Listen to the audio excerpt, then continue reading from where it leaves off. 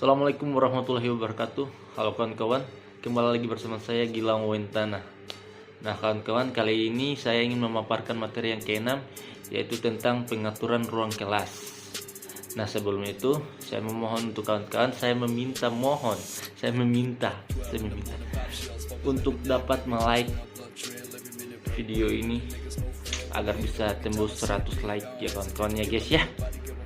Oke, kita masuk ke dalam pemaparannya. Baiklah, yang pertama adalah pentingnya pengaturan ruang kelas dalam pembelajaran. Dalam proses pembelajaran di kelas, sangat penting dilakukan oleh seorang guru adalah mengupayakan dan menciptakan kondisi belajar mengajar yang baik. Segala aspek pendidikan pengajar berproses, guru dengan segala kemampuannya, siswa dengan segala latar belakang dan sifat-sifat individunya. Dengan kondisi yang baik, diharapkan proses belajar mengajar akan berlangsung baik pula. Bagi seorang guru, sangat berperan penting memiliki kemampuan menciptakan kondisi belajar mengajar yang baik dan untuk mencapai tingkat yang optimal dalam kegiatan pembelajaran. Kemampuan pengelolaan kelas merupakan salah satu faktor yang harus dikuasai guru. Baiklah, yang kedua yaitu menciptakan lingkungan yang kondusif untuk belajar. Pembelajaran memerlukan lingkungan yang kondusif untuk belajar. Lingkungan pendidikan yang kondusif merupakan lingkungan yang dapat membangkitkan semangat belajar dan menjadi faktor pendorong yang dapat memberikan daya tarik tersendiri bagi proses belajar. Untuk menciptakan lingkungan yang kondusif, harus ditunjang oleh berbagai fasilitas belajar yang menyenangkan dengan pengaturan ruang belajar, saran belajar, susunan tempat duduk, pemanasan sebelum masuk ke materi yang akan dipelajari, serta sikap dan hubungan yang harmonis antar pendidik dan peserta didik yang lain. Pembelajar aktif, kreatif, dan efektif merupakan pembelajaran yang tidak hanya terpaku menggunakan satu pendekatan saja, tetapi dengan menggunakan berbagai macam pendekatan.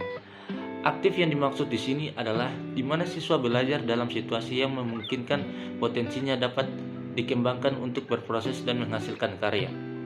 Kreatif yaitu adanya karya yang memiliki tujuan yang sama tetapi dengan bentuk kreasi yang berbeda antara siswa yang satu dengan yang lainnya. Efektif maksudnya adalah pembelajaran yang mendorong aktivitas dan kreativitas siswa untuk mencapai suatu tujuan. Baiklah, yang ketiga yaitu mengatur ruang kelas. Pengelolaan kelas yang baik akan menciptakan interaksi belajar mengajar yang baik pula.